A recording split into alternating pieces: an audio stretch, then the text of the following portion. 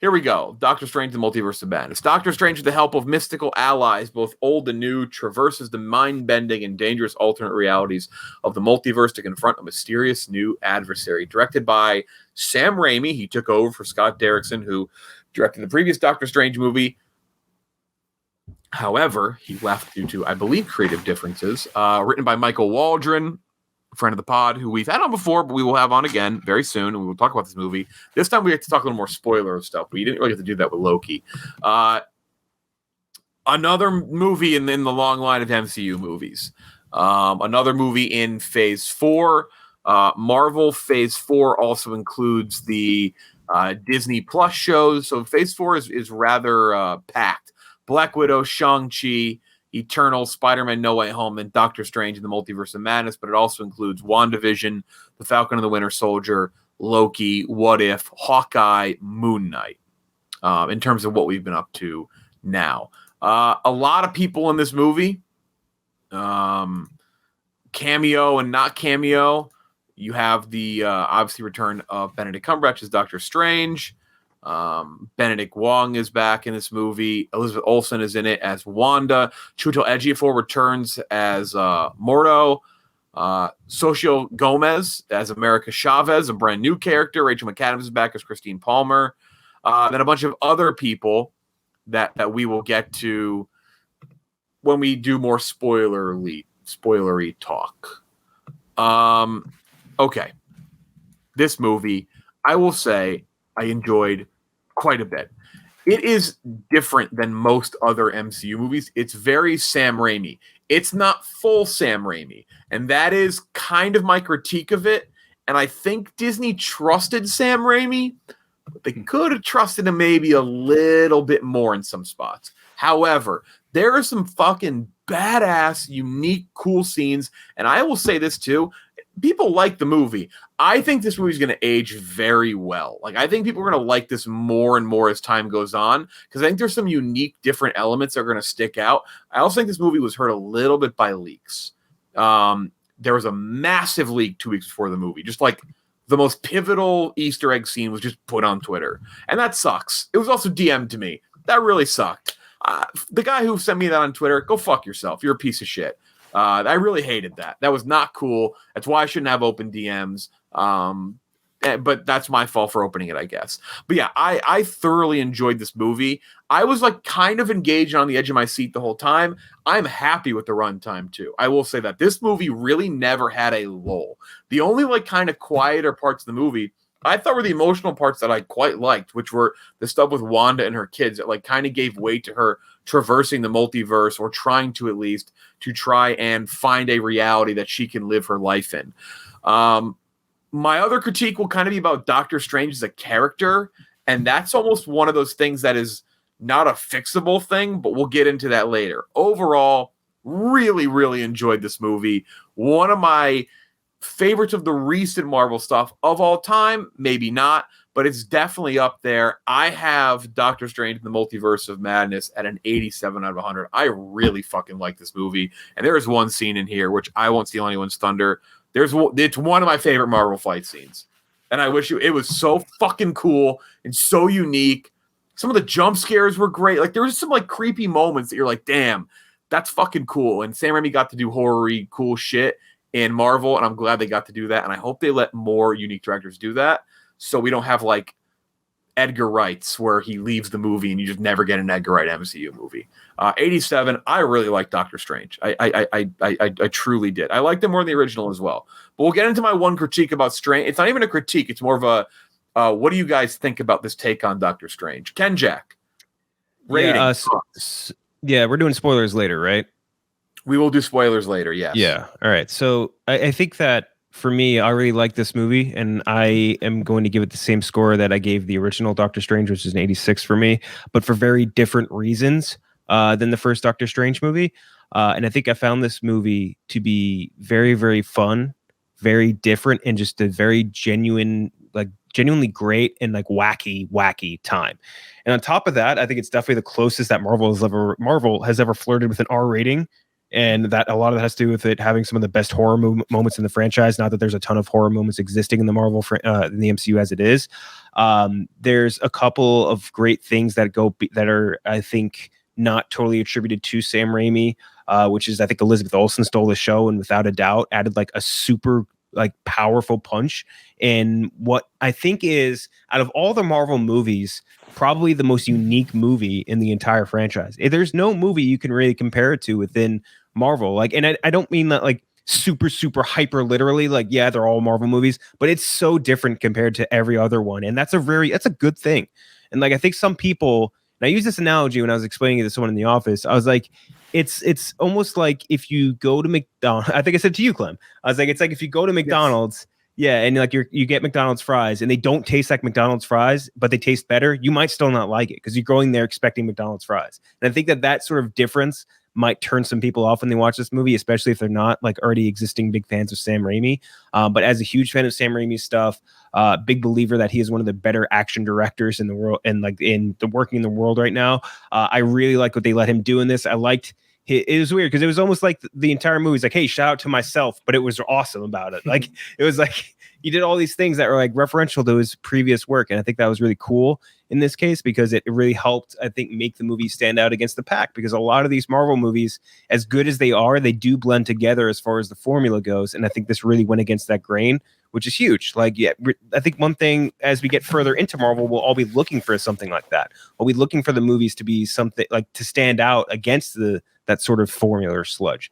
I think this movie did that very well. And I don't know. I liked it a lot, but I will not badmouth anyone that doesn't like this movie. Clem, I'll let you go next because I think Chris is an alternate take. Oh, that's right. Great. Shocking. Right. I dug it. I thought going in, this movie was going to be a bigger movie in terms of the universe and all that kind of stuff. It was more self-contained, which I liked. Kind of like Ken Jack says, it's not what I was expecting, but I'm happy with the way it turned out. I agree with you. I think getting that, having a horror movie element, adding that to the MCU will hopefully allow other filmmakers to kind of go with their vision, and MCU can kind of just throw the bag at them and say, do what you do with Marvel characters in it. And I think that's going to be a win for everyone involved. Again, the uniqueness of like WandaVision and the way it was like the sitcoms, I thought that was such a cool original idea. And I think that was a win. This is a win, and we can keep it going. But yeah, all in all, I liked it. I'm sure we'll get into much more of the spoiler stuff.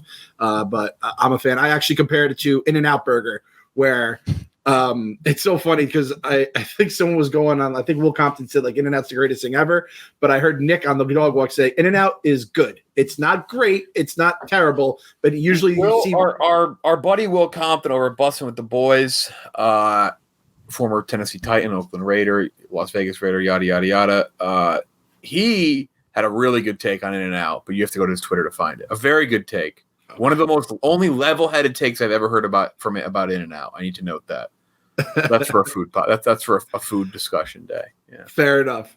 I said with this, for me personally, In-N-Out, very good. Just like this movie, it wasn't this crazy, it wasn't the end game that I thought it could be, based on the way everyone was talking about it before the movie came out. But it also was by no means a terrible movie, like I'm sure Chris is about to tell us it was. Oh no, I'm not gonna do that, man. Look, I don't like this, and by this I mean this part of the job, and I try to ignore it, and we talk about it, but like I hate doing this. No, it's okay. Just when Waldron's Star Wars movie starts shooting and he has us all in cameos and you're not in there, just remember this moment. Okay. Okay. It's okay. When he asks us to cameo in a Star Wars movie and you don't get the invite, just don't feel... That's fine. But it's beyond that, because look, you guys are objective, and regardless of who wrote this movie, you guys would always be fair. I just hate... We probably wouldn't have... I'm going to be honest. If we didn't like it, I probably would have found a way not to talk about it. Like, we would have probably just escaped around it. Anyway, I get it. Look, I know you guys have interviewed people. You're being fair and objective. It's. I know, but I hate what I do, and I know. Look, I know you've told me not to talk about this, but I have a lot of people find me very insufferable on this show, and I hate it. Like, it breaks my heart, dude. Like, I hate to peel back the curtain here, but like, I hate the fact critiquing things. That's what's. I know, but you guys work so hard. I'm forcing you to throw your take into the wind now. I know, You're but forced to throw it into the wind. all right. What's your thoughts on the movie? Chris is putting his gloves on right now, and he's like laying out the plastic to like so then there doesn't get blood everywhere. He's just getting ready to cock the gun. I just want to. No, you got to give your take. There's people who don't like this movie. I get there are, Chris. There are people. Trust me. I love Sam Raimi, and I think this movie is very well directed. I think it's well acted. And I like the way it starts. And I think Cumberbatch is very good. I think I think Elizabeth Olsen is going to be like a multi-time Oscar winner one day. Like, I feel like she's way better with this character than they have any right to. And really, I remember Age of Ultron seeing her and being like, she's fine. Wanda's actually become one of the more interesting characters of the entire MCU. The problem is, like, and a lot of this we'll have to discuss in spoiler talk. But goddamn, this movie should have been called Doctor Strange in the Multiverse of Meandering. Because I swear to God, went through this entire movie, and about 45 minutes in, I'm like, all right, you got a basic setup here. I'm excited for this, and it just kept going and going, and it was just loud, and it was just action sequence after action sequence, and as well directed as it was, I kept waiting for it to make a point. And by the time it ended, it's not a bad movie. Like, for the record, I feel that way about a lot of Marvel movies, even the weak ones. Like, it's well produced, it's well directed, it's well casted. But whether unfair or not, this was a universe that built up to Avengers Endgame for 11 years. And it ended in arc. And essentially they started over. That was, they well documented. They're like, hey, we're gonna now kind of build back up to another, assembling of Avengers stories. And this and Shang-Chi and Black Widow, even though I did actually like Black Widow, I think more than most people. When I watch this, I'm like, it doesn't feel important to me anymore. The way that, Winter Soldier or the Avengers movies or the Iron Man movies did. So I found it narratively to ultimately end up being very dull. I think Sam Raimi worked his ass off. I do have to throw out, this is not a spoiler, there is a Detroit Tigers reference in here. There is a Tigers reference in there. The 2003 Tigers, Sam Raimi from Michigan, which under regular circumstances I'd been like, oh, cool. But the fact that right now I might be watching a team worse than 03, I'm like, wow. Fuck, yeah. Is it true your favorite director is Michael Moore because he's Michigan? I'm just no. He's a Spartans fan. That's right. He's a state guy. Right. No, but I mean, look, and Sam Raimi did go to Michigan State and dropped out. But I loved the way it was shot. And again, as always, like people get this screwed up. I'm really glad people enjoy it, and I'm really glad that people are digging it and finding stuff to talk about with it. I'm not crazy about it, and I don't even hate it. It's a 55 out of 100 for me. But to answer your question, it's just I viewed it from a narrative standpoint to be incredibly mediocre. But I'm happy for the audience and that they've enjoyed it, and I wish I could have enjoyed it more. But I'm happy for the people who liked it, and I'm happy that you guys got something out of it. Let me tee up this question. So first off, I will say I love the length. Like I said, I love the pacing. The movie was truly madness. It lived up to its title. Like, this movie never really stopped, and that was something that I fucking loved about it. And I'm actually curious to hear people behind the movie talk more about that aspect of it, because the movie was cut down shorter. I think Sam Raimi talked about that, and it was cut down shorter to a time of about 2 hours, which is sort of rare for a Marvel movie. And I wonder if that was part of the idea. If the idea was like, look, we could have, I think there's some of the rumored scenes, by the way, we're into spoilers now. I think some of the rumored scenes, like there was one part where Wanda like beheads Mordo or something like, there's some other like things that were cut. But I wonder if they got it down to truly play into the title of madness. Because if it would have been like a normal Marvel movie, you have some of those lull moments, those downtime. Sometimes it's necessary, sometimes it works. You look at like a Black Panther, which has a lot of emotional moments, an Endgame, which for me I'll always defend because there were some really emotional character building moments. But this truly never fucking stopped. It never had a moment where you like truly could stop and breathe, and it was chaos. And I liked the story feeling kind of contained in that feeling. I liked the going back and forth between Wanda and the Darkhold and the Illuminati stuff. So for me, that was part of the thing that really got, like, I was like fucking into it. Like, I never had a moment where I actually didn't piss during the movie one time. That's rare for me. That's a rare thing that I don't pee during a movie. So yeah, I like that part of it. But let me throw this out there. I'll start with you, Ken Jack. My issue and this may be unfair to even kind of grade a movie down because of it. Doctor Strange, is Benedict Cumberbatch Doctor Strange truly a main character? Like, is he just better as the side guy, which he kind of is in this movie? But he gets a little more front-facing because it is his movie. Like, it's a lot of Wanda in this. But, like, I don't even think that's a problem of the writers or the director or Cumberbatch. I think the way he plays it is perfect. But does that lead to a character that can be the main guy in a movie? That is one of my bigger takeaways, because Doctor Strange for me was fine, but then he was in Infinity War and you're like, oh, this guy fucking rules. Like this is, and then he was solid in Spider-Man in short scenes.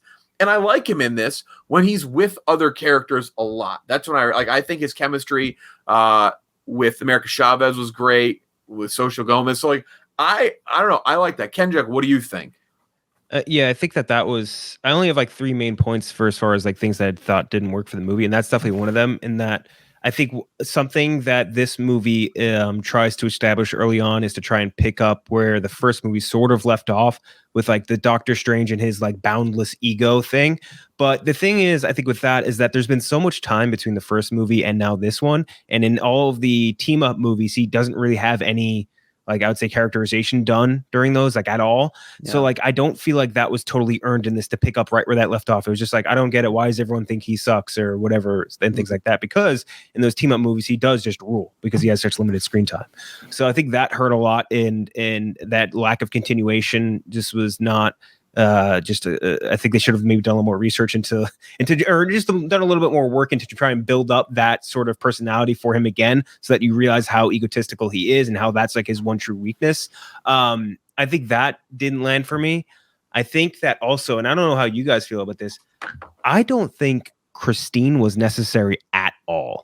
I don't think she added anything to this movie at all, and it was a waste of Rachel McAdams. Does that further bring the point? Without her, what is the emotional stake for Strange? Right. But see, that's what it felt like. It felt like an out-of-body experience where I'm watching it, and I'm like, the only reason they have her here is as a plot, like a point of characterization for Strange, and it's not working. And like, is it also a weird thing too? I'm not bothered by it, but I'll play a good devil's advocate here, I guess, with you. Is it weird too that that's a character who we haven't seen in how many years now? Like 8 years, and we've seen Strange in movies since then. We've seen him in Thor, we've seen him in Infinity War, Endgame, and Spider-Man. Like, it's weird because, like, is it a weird like disconnect if you're like someone who follows the character? I don't know. And actually, it's however many years that is, plus 5 years on top of that with Endgame in terms of the character. Yeah. And see, that's where I thought it was almost smart to just show her in the wedding scene, because like if you ended her appearance right there, I think that's good. But like when they continued her into the multiverse, I was just like, she's not doing anything for this at all. She's not helping Strange come to terms with really shit. And like, she's not helping kind of prove what type of person he is. And I just felt like that was such a waste of a good actress and Rachel McAdams, which had the inverse effect for me when I saw Michael Stolberg again in his fucking blonde wig, which was so funny. Then that unreal, by the way, blew me the fuck away when I saw him and sitting there in that wig. But yeah, I thought that was a bit of a waste. And the only other point that brought it down for me was like, I think the original Doctor Strange movie, one of its biggest strengths is the special effects. I think it has some of the coolest special effects in all of Marvel. Yeah, this one was like, like it was a little bit, it was very shaky at times. Yeah, and I was just not really impressed with like the creature or the spell work or anything like that, with the exception of, and we'll talk about it more later, the music fight scene. I will say though, as far as special effects go, I think the punching through the multiverses, whatever that effect, that was sick as hell. I thought that was so cool the way they designed that. I didn't know how that would look, because I did research on that character, and I feel like you guys probably did, Clem, because you guys do a lot of that research and like cartoon. I think that fucking rules. And that could have easily looked stupid as fuck. But I love the breaking open and like how it kind of layers like back and forth of or like further back of the different multiverse. I thought she was a really cool character.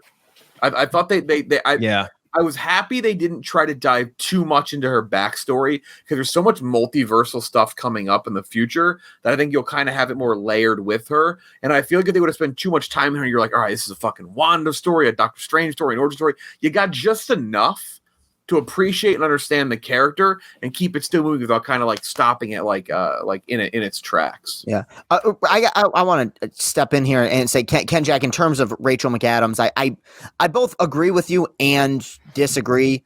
Part of it is like I love Rachel McAdams every time she's in a movie. I don't know. She's one of those like actresses that every time I see her, I'm like, oh man, she's always great. She's always really good.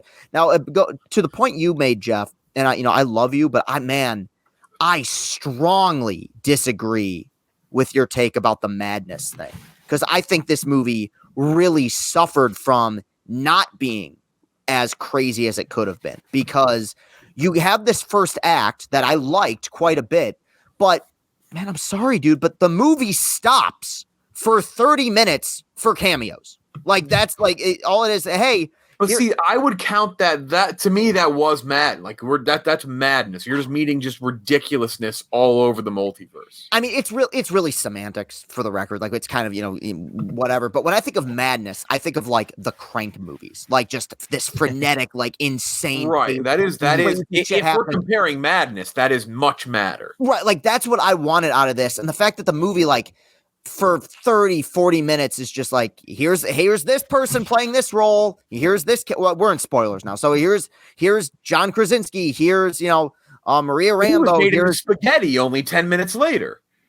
It was more than 10 minutes. I'm like, madness. He yelled madness and he was turned into spaghetti. I mean, right. they snapped fucking Patrick Stewart's neck. Right. Is he now the official, outside of Loki? Is he now the only Marvel character ever to die twice? We'll have to do some research on that. But yeah, like Loki, obviously that's the joke. But that guy got stabbed through the heart. No, Thanos. Well, Thanos technically dies twice. Yeah, true. Right. Vision. So I disagree with you on that. Where I felt like the movie in the first 45 minutes actually worked really well when it was moving at a solid pace, and you got that kind of semblance of madness. I feel like it really slowed to a crawl. And it really killed the pacing for me, kind of in the second act of the film, and that's ultimately where it kind of fell apart for me. Let's talk about that. The Illuminati thing, for me, it was spoiled. That was a massive fucking same here. It was trending on Twitter like a week before the movie came out. Yeah. Jeff, send me the person who spoiled it for you. I'm blocking them immediately, because that's I don't like that. So people ruined a lot of Game of Thrones for me. I blocked and reported them. The scum of the earth. I blocked and reported them. Piece of shit. So Peggy Carter playing Captain Carter. Mordo, obviously, different version of him in this alternate universe. You have Black Bolt, same character basically from the Inhumans ABC show, by the way, which I didn't realize, which fucking rules, because that show was dog shit. Yeah. Oh, one of the all-time worst things ever made. But it was kind of cool that he got to reprise the role and play Black Bolt again. Who is it? Anson Mount? Is that his name? Yeah. Yep. Yeah. So that was cool. He's playing Captain Pike in season 2 of Star Trek Discovery. He played them. Good for him. That's a good guy to have as. Also, if you're a fan of Red Letter Media, they reviewed this today. Yeah, Multiverse of Madness, and they joked with Mike that he's been doing a lot of Picard reviews lately, and this would be a nice break from Picard reviews. And then, sure enough, fucking Patrick Stewart's in this movie, and just like it's like a really funny can't get rid of Picard. Patrick Stewart as Professor X. Which, Clem, I'll let you say what was the coolest Easter egg of the movie. I know what it. Go ahead. That X-Men cartoon theme. I'm getting goosebumps just thinking about it. It was so fucking cool. It was so cool. Which actually, apparently, it was credited in the credits as the theme for the animated series that's coming to Disney Plus. X-Men 97 theme. It said, yeah, which is sick. So that was cool. The Maria Rambo version of Captain Marvel, that was pretty neat to see. And then, obviously, the big one, John Krasinski as Reed Richards, which has been rumored for years. I would assume that's just Reed Richards now. Yeah, he'll be back. He has to. It doesn't so there's weird things in there because Doctor Strange looks like Benedict Cumberbatch in these universes. Loki didn't always look like Tom Tom Hiddleston. Sometimes he did though. A couple of the versions in Loki did, like President Loki looked like Tom Hiddleston. So there's different variations, but I would assume he'll be back as Reed Richards, which is going to be fucking awesome. It was surreal seeing X-Men and the Fantastic Four in the MCU. I would be so surprised if they Ralph Bonered John Krasinski here. It would be like I feel like people get so mad at that. I think they're going to fix Evan Peters and Agatha. I agree. Yeah. I think they're going to fix that to be Quicksilver from the X-Men, and because Elizabeth Olsen talked about it, it's like, oh, that'd be kind of a cool thing to have done now with the multiverse. I think in the Agatha series, they're going to fix Evan Peters to be Quicksilver and not Ralph Boner. That'd be my guess. Yeah. Kevin Feige is really good about that. He's really good about tweaking little things back. The Mandarin, great example, about going back and fixing things that fans don't like. He won't always like today, they caught a lot of shit for Ms. Marvel's powers in the upcoming series. Like, they will do certain things a certain way, but like if there's little tiny details that get backlash, like they think they can retcon and fix, they will do it. And I give them a lot of credit for that. Because down the hall, Star Wars is a whole different story. Though, is this? I got to ask this question because I was thinking about this. Because if John Krasinski is Reed Richards, is this the first time in which the fan casting turned out to be the actual casting? Because that's been talked about for a long time, where people were like, "Dude, John Krasinski as Reed Richards, gotta happen." I think so. With one that's lasted this long, like maybe like in the short term with other ones, but this one's been people have wanted for that long of a time. I think it is, as far as length goes, the one example of it happening. Yeah, I can't think of anything similar in the MCU. No, no. But it was cool to see, and it worked. I was pretty fired up. I don't know where you were Clem, with the cameo of John Krasinski. Absolutely stoked. Hope he comes back. Hope Emily Blunt is Invisible Woman. Fuck it, throw Rainn Wilson as Dr. Doom if you want. I don't give a shit. Like, just bring the whole office. Please, yeah. I mean, literally, Asian Jim is in Marvel, so we're working our way there. That's true.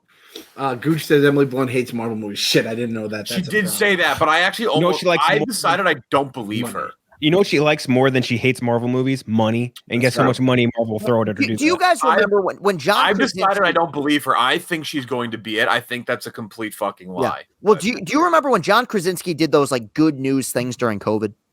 Yeah, and he sold it for like $50 trillion. He sold it off for a bunch of money, but there was one segment he did in which somebody, I think, drew a picture of him as a superhero, and he went, "This is the closest I'll ever be to being a Marvel superhero." And he pulled a Jim Halpert. He looked at the camera and like winked. And I remember like Campia did a whole segment on a show being like, this motherfucker's gonna be Reed Richards. Like, I do think that he was almost Captain America. He did task very close. Yeah. He kind of pulled himself out of. No, that's a funny story. He pulled himself out of competition because he saw Chris Hemsworth as Thor, and he's like, I can't look like this motherfucker. I think it was on Conan that happened. By the way, that's a classic. You ever want to get Ken Jack and I riled up? Have us talk about the one good news, or like, that's one of those classic things that Ken Jack and I will both simultaneously make a joke about, is when they sold that good news thing and then they never did anything with it. Nope. Yeah, then they sold it for a TV show and it never amounted. Yeah, and if it is, I don't know where it is. Yeah, they sold it to Viacom CBS and they just fucking shelved it for like $1 million, like millions and millions of dollars. There were some other rumored cameos in the Illuminati scene. One of them being Vin Diesel was maybe going to be Black Bolt. Tom Cruise as Iron Man was the big one. I would fucking pay $20 extra for a ticket to see Tom Cruise as Iron Man. Oh yeah, more than that, I think. That would have been the craziest fucking bananas crowd pop for a Marvel movie, and like I would imagine top 5. People would be like, "What in the fuck?" Like, no one would know how to react to that. It would also be probably the most expensive 5 minutes of film in the history. The people who leak this shit and have been pretty good about it have said that it is going to happen. Like, it's like inevitable that he is going to play that role. And again, I think Robbie's going to get a chance to ask Waldron about it before we do. But that is my number one thing. Like, how close was the Tom Cruise thing? Because there was so much smoke around these cameos, and that was one that really was there for a while. But that's we'll get into that a little bit though, because we're going to draft that. Well, Gooch, I'm sorry, Jeff, but Gooch just dropped in the chat a thing from Culture Crave that says Michael Waldron said, Fans totally made up the rumor about Tom Cruise and Multiverse of Madness. I don't think it was ever an option because of availability, but that's just for this movie. That's not saying at some point in the future, because he is shooting Mission Impossible right now. So it is possible that like he said, comes back. Yeah, he also said, I said to Marvel Studios president Kevin Feige at one point, I was like, could we get Tom Cruise Iron Man? I think that's just gonna happen. I think this is one of those things. There's just so much smoke around shit like that, and maybe it's now because I see it with I see it with the Reed Richards thing with John Krasinski. Things just kind of happen now, and I think with the multiverse thing, more people are going to be open to it. The Deadpool thing was another big rumor. That I thought that was true when I heard it. People said that was post credits was introducing Deadpool. Yeah, Deadpool was definitely one of them. There were rumors of who was the other one? Not Ryan Reynolds Deadpool. There was one. Oh, Ben Affleck Daredevil was another one. I think that will happen now that the Batman stuff's over. I think that's the thing you're going to inevitably see. I just think they're going to see the reaction to this and they're going to like it and they're going to keep trying to do that. As long as they bring back Jennifer Garner as Elektra, we're good. We'll be all squared away. Elektra is so shockingly bad when you go back and watch it. How about the kill? We got to talk about the kills though. The Illuminati kills were insane. Dude, that was fucking out of what do you call it? Invincible. That opening scene in Invincible. That was like right out of that. It was crazy how I think that's what we were talking about before with like Marvel. You just don't expect them to ever go in that sort of direction, and that was sick. Yeah. Fucking imploded that dude's brain. Like that was crazy. It concaved his fucking head. His eye was bleeding. Yeah, that was fucking nuts. That was cut Piggy Carter in half, like fucking Darth Maul. Yeah, and even the lines like "what mouth" or at least she'll have someone to raise your kids or something. Yeah, he hit all those, and I imagine you guys are with me. Ever since we saw her in Endgame starting to pull Thanos atom by atom apart, I wanted to see untethered Scarlet Witch, the one I've been told could be the most powerful being in the MCU, fuck shit up, and she fucked shit up over like some of our favorite characters, and I still love the shit out of it the entire time. I'm still going crazy. Dude, it's funny. Like number. Yeah. Sorry, go ahead, Chris. No, we haven't talked about Everything Everywhere All at Once yet, but best movie of the year. She turned John Krasinski into the hot dog fingers.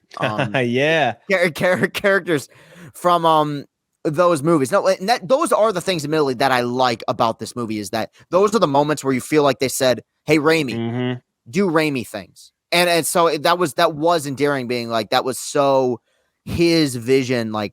What would be the most creative way to kill Mr. Fantastic? What would be the most creative way to kill Peggy Carter? And like Raimi has such a charm to him as a director that those were the moments where I'm like, yeah, that's pretty cool, man.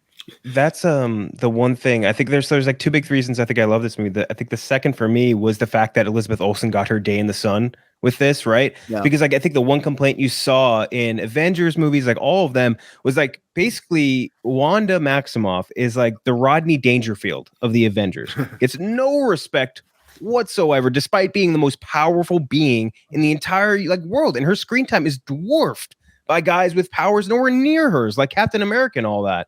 And like you get it in this movie in full display. And not only she does like Olsen gets like the full opportunity to deliver on like a really complicated role in Scarlet Witch here, but like she fucking is like super like cocky, fucking knows how fucking powerful she is. She's twisted up mentally, and like it is so cool. Even her opening scene, right, where like she exposes like the fucking landscape as to being like all like this dead thing, and she's trying to pull one over on Strange. Like that was so cocky and so cool, and all those lines she said to him, chasing him across the universe, like that was so interesting and like almost not Slender Man-ish, like It Follows-ish. Yeah, it's just like you get this thing just following you forever. You literally are jumping across universes and cannot escape her. That's how powerful she is. And I'm so happy that Elizabeth Olsen finally got the chance to like show us all what this character can do, which is literally boundless. Like nothing could stop her as a character, which I thought was amazing. What well, let's get to, before we get to maybe the ending. Okay, I will know, going through Multiverse, when you saw like the cartoon one, the paint one, I loved all that shit. Yep. I thought that was fucking hilarious. I even just like the universe they landed in. Like just like the Illuminati universe where it's like things are different, it's like stop and go, and I thought that was creative. But the music note fight So was cool. fucking sick. Yeah. I loved that. What a unique way to. That's been the other thing too. Is the more they've like been able to experiment and do cool fights with Doctor Strange, the more they've been able to use that character, the better. The music, no fight, and then using the harp for the final, I guess, kill almost. That fucking ruled. That's one of my favorite Marvel things I've ever seen in any of the MCU movies. Yeah, I fucking love that. And like the what do you call it? The horror organ, which by the way, Danny Elfman crushed the score. The score in this movie was great. That like John Carpenter piano notes. Man, Ooh, even so good. Even when they're like the music they did for the Darkhold was so different and so un-MCU like and like gothic. Oh man, I just had a fucking blast with this. Like I just had a good ass time. I like that Strange too. That was in that haunted mansion, and he's like, "If you ever felt like you got pushed off a building, that was probably me." Yeah, and I like that Doctor Strange is just getting dumped by his dream girl in every single universe that he lives in. Which Strange was that?